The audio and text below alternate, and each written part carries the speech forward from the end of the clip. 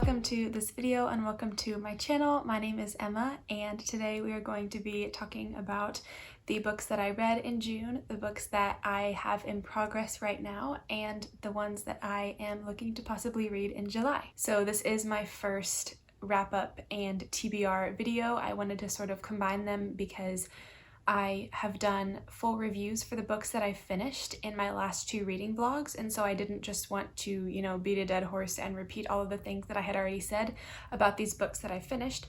So I'm going to give a pretty quick overview of what I read in June, talk about the couple of books that I am in the middle of at the moment, and then not necessarily give you a TBR for July, but let you know what books are on my radar for July, the ones that I am most likely to next pick up. Mainly because either I have them saved on Scribd or I have them on my shelves currently, and I'm really excited about reading them. So we'll go through all of those things in just a moment, but first I want to give a quick shout out to one of my good friends, Caroline.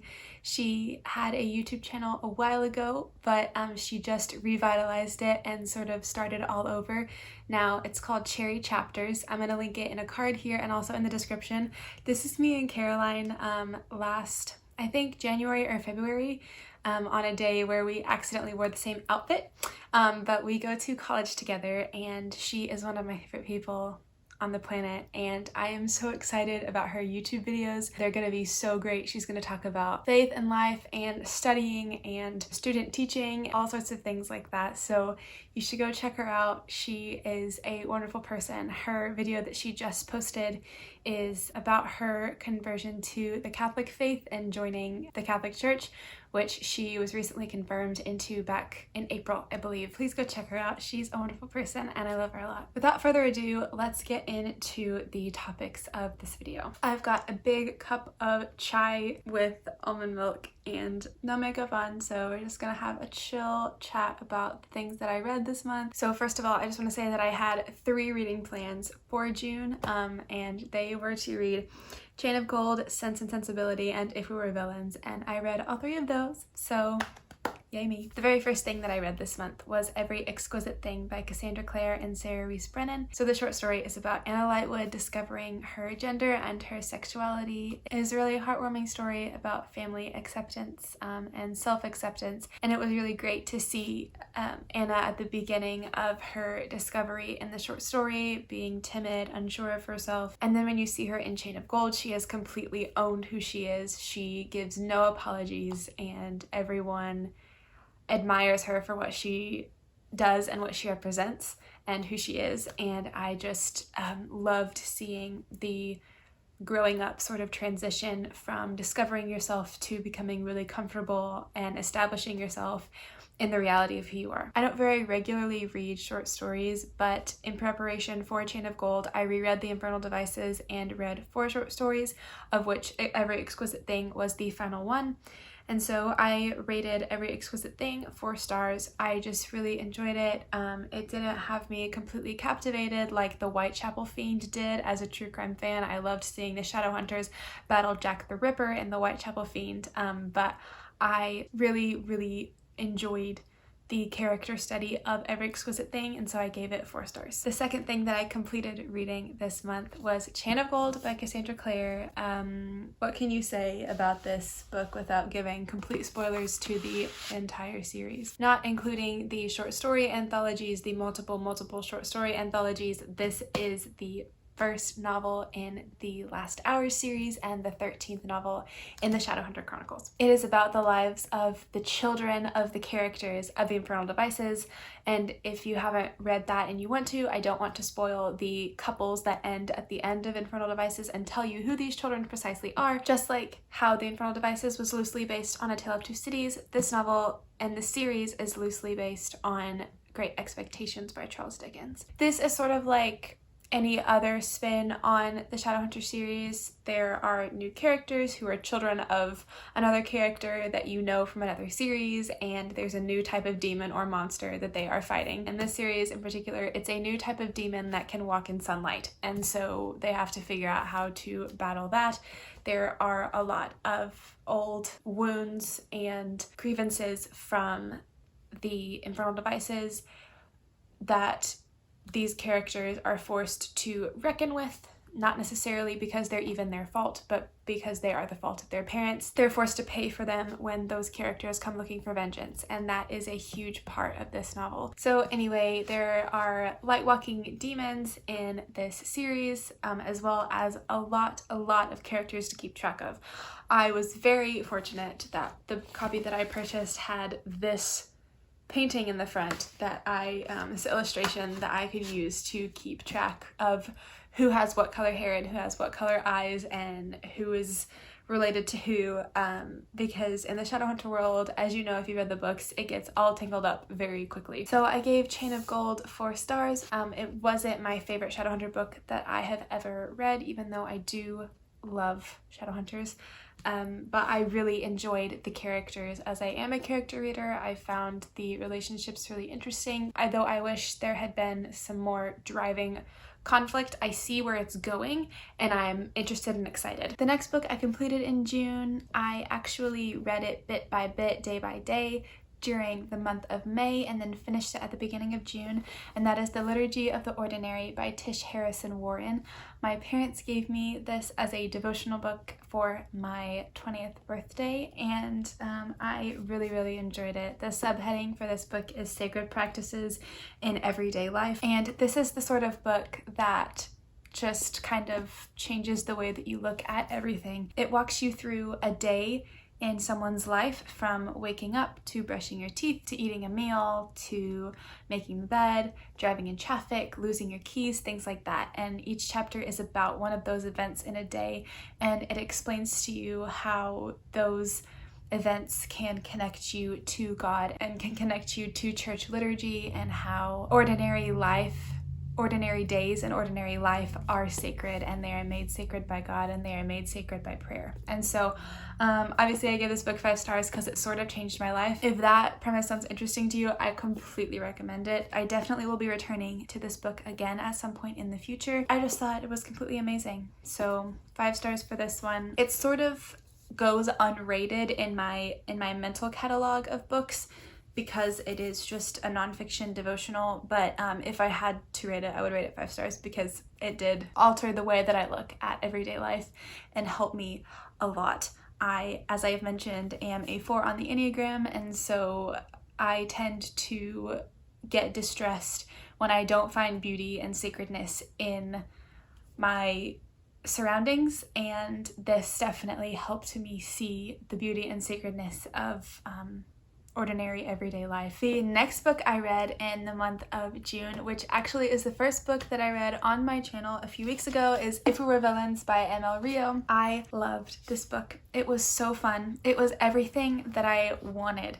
It's dark academia. It involves Shakespeare and theater and commentary on people's roles in society and whether we break out of those roles or choose to continue to play them. This book is written in 5 acts, just like a Shakespeare play, and each act has a prologue, and the chapters are marked as scenes instead of chapters, as in scene 1, scene 2, scene 3. It is told from the perspective of Oliver Marks, who is a student at a very prestigious art school in the theater department, and the theater department only puts on Shakespeare plays. And so each student in the department has a specific role that they usually play. So 10 years after the death of one of their peers, Oliver is released from jail. So this book is the story of what led up to the death of Oliver's peer, what the lies are, what the truth was, and how Oliver ended up in prison. There are constant Shakespeare references and direct Shakespeare quotes. These are students who have lived and breathed William Shakespeare for 4 straight years, and so they quote him all the time. So being able to recognize those quotes and trace them and find out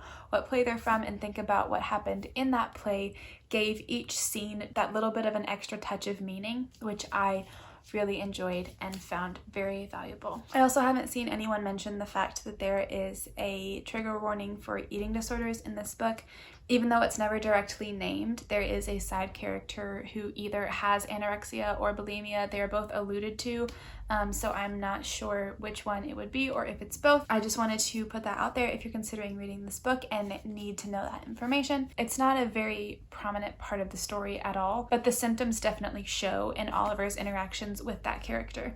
So I just wanted to put that out there. I gave it 4 stars. I thought it was really, really awesome, and I am very excited for the Dark Academics Book Club live show next month. And I definitely recommend this book to people who are into dark academia, who liked The Secret History, who didn't. I just thought it was really fun, and I recommend it to anyone who is interested. The next book I finished this month, which also has a full review in a rating blog, is Sense and Sensibility by Jane Austen. This is my 3rd Jane Austen novel that I have ever read, and I completely enjoyed it. Even though this is Jane Austen's first novel, I found it to be everything that I expected from her and everything that I wanted it to be. This is about 2 sisters who are about as different as sisters can be. Marianne is 17 and she's emotional and overdramatic and always in love with someone, and Eleanor is a stoic. She never really speaks about her feelings, and even though she feels things just as deeply as Marianne, she chooses not to express them because she's the older sister. She has to look out for everyone and keep things in line. So the story follows the 2 sisters when they meet a certain handful of individuals and both fall in love with men who have attachments elsewhere, let's just say. Like I said, I have a complete review in another reading vlog about how much I just was in love with this book. If you are put off by the idea of a book entirely about romance, but you want to see what Jane Austen is all about, I recommend starting with this one. Even when the husbands come into play at the end, the story is still about Marianne and Eleanor and their dynamic together, and their dynamic with their mother, and their dynamic within the community. The next book that I read this month is White Rage by Carol Anderson. I read this for the Blackout Buddy Read live stream, which I was present for and found to be so incredibly powerful. White Rage tells the story of Black history from the moment of emancipation up until present day. White Rage illuminates Black struggle and why white people feel so threatened by Black individuals. I'm not inclined to rate nonfiction, like I said with the Liturgy of the Ordinary, but since I want to start reading more nonfiction, I think I will rate White Rage and just give it 5 stars. White Rage was the first book of its kind that I have read, and I plan to read many, many more anti-racist texts, as well as just delve deeper into the nonfiction genre itself. The truth that White Rage presents is something that you don't learn in the classroom, and when you hear it for the first time, it punches you in the gut. I feel so blessed to live in a time where books like White Rage are present and available and are even being written in the first place. White Rage, first of all, because it teaches things that people never learn in history classes. It was completely enlightening, but also in terms of the genre of nonfiction, it was enlightening for me as well to really sit down and read and dig in and learn what a nonfiction text can really do for you. So White Rage has kind of changed the game for me, and I am very, very grateful that it exists, and I'm very, very grateful that I live in a time where it can exist, and I implore you to please read it. The next book that I read this month was Ninth House, which I don't have anymore because I borrowed from a friend, but it was probably my most disappointing book of the month. I was expecting Ninth House by Leigh Bardugo to be a supernatural dark academia book about an Ivy League school with Ivy League level writing, and let's just say it was supernatural. I'll give it that for sure. I really enjoyed the first 3 quarters of Ninth House, honestly. I really liked the first 3 quarters when we were just talking about the different houses and getting to know them and starting to unravel the mystery a little bit, but the further that the book delved into the magic system that Leigh Bardugo had created, the more I didn't believe that it was plausible. So overall, I give Ninth House a 2.5 or 3 star. It's hard for me to decide on stars, so I'm sorry, but I give Ninth House a 2.5 or 3 star just because I really enjoyed getting to know the world at a surface level, but once it got any deeper than that, it was just it was hard to believe. It was hard to get behind. So the last book that I finished this month, which was my favorite book of the month, was The Picture of Dorian Gray by Oscar Wilde. I believe that I have given this book 4 stars because I had some big issues with the most prominent female character. However, the experience of reading this book and the quality of writing was so incredible. I mean, star-wise, I gave Sense and Sensibility 5 stars, but I think this was my favorite book of the month, with Sense and Sensibility at a very close second. Maybe we'll just say that they tied. So the basic premise of this book is that there is a man named Dorian Gray who has a portrait painted of him that when he ages and commits sins, the portrait takes on his age and takes on the physical manifestations of his sins, and he remains young, beautiful, and unchanged.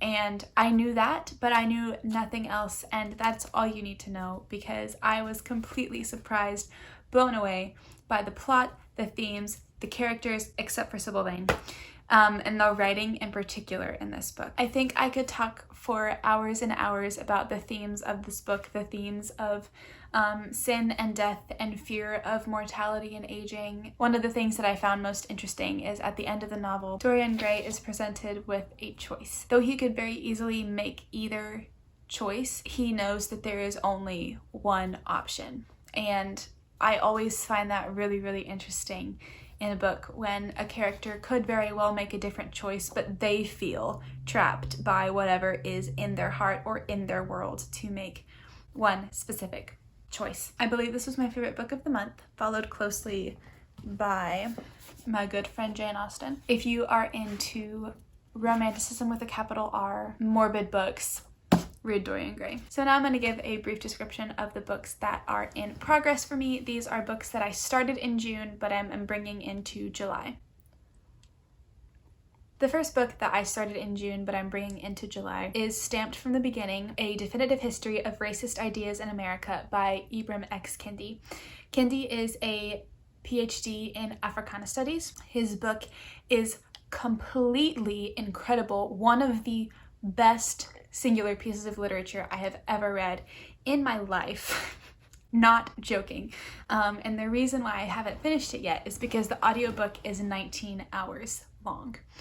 I have been reading it for the past week and a half, listening to a good bit of it pretty much every day, and I still have 7 hours left. So I'm hoping that pretty soon I will be finishing it and I can move on to another nonfiction work, but I also plan with this book to purchase a physical copy since I am listening to it on audiobook, and read it again soon, annotate and take notes, and sort of mind map the book out for myself on paper so that I have those notes and I can have some semblance of retention of the information, because there is so much information in this book. The narration for the book that I am listening to, for the audiobook that I'm listening to, is by Christopher Dontrell Piper, who is also an incredible audiobook narrator, and I completely recommend Stamped from the Beginning. Do not be afraid of the length. At this point, what I understand is that the main thesis of the book is that racist actions do not flow from racist ideas. Racist ideas are created to justify racist actions. The more I read of this book, the more it changes everything in the way that I see the world around me. Not to mention the quality, which is so incredibly high, but the fact that it changes the way that I see the world is how I know that this is one of the singular best pieces of literature I've ever read in my life. So I'm trying to get into poetry as well as nonfiction, and so I went to the secondhand bookstore and sort of put myself at its mercy with a couple of names in my mind of people that I knew I was interested in reading, and just picked out what was there at the secondhand bookstore. So one of the things that I found was Leaves of Grass by Walt Whitman. This is the original 1855 edition of Leaves of Grass, which involves 12 poems. As Walt Whitman traveled through his journey of life, he republished over and over and over again and added more and more work to Leaves of Grass. So now when you buy a current copy of Leaves of Grass, it's thick, and I plan to and read that as well. But this is the work in its original 1855 form, and I am really enjoying it. I'm taking it tiny bit by tiny bit because I want to delve into the philosophy, because this book is written at the end of both the Romantic period and the Transcendentalist period. And so Walt Whitman is considered a very, very late comer to both of those movements. And so I want to make sure that I'm digging into the philosophy and contemplating while I read and understanding every word. So I'm taking it very, very slowly. I am 20 pages through and I have just finished the first poem in the book and I'm very excited to continue. And the novel I'm currently reading is The Shadow of the Wind by Ruiz Stefan. This is a book about books. It's a book about a boy in 1945 in Barcelona, just post World War II, who is the son of a bookshop owner, and his dad takes him to this place called the Cemetery of Forgotten Books. And when you go to the Cemetery of Forgotten Books for the first time, you are allowed to pick a book that calls to you and bring it back to life. And so Daniel chooses a book called The Shadow of the Wind. I don't know how to pronounce the name with an accent, so I'm just going to say, and my American one, I'm very sorry. But Daniel chooses a book called The Shadow of the Wind by Julian Carax. So he falls in love with The Shadow of the Wind and with Julian Carax and wants to read all of his work. And so when he starts to investigate this as a child, what he learns is that for the past few decades, a man has been going around buying up and systematically destroying all of Carax's work. It's not a detective novel, but it surrounds the mystery of who Julian Carax was and why there is someone trying to destroy his work. I'm about 200 pages into Shadow of the Wind and I am enjoying it. This is definitely a book that talks a lot about the souls of books and how humans and books are intertwined. But there's also way more to the story than just Daniel's journey with The Shadow of the Wind. But that is my final book in progress right now. I've tried to give myself TBRs before I had a YouTube channel, and they were never successful. The first time I actually had a successful TBR was when I participated in the Magical Readathon back in April. I am not planning to give myself a definitive TBR. I just want to put out in the universe the things that I am planning to read when I finish the things that I'm currently reading.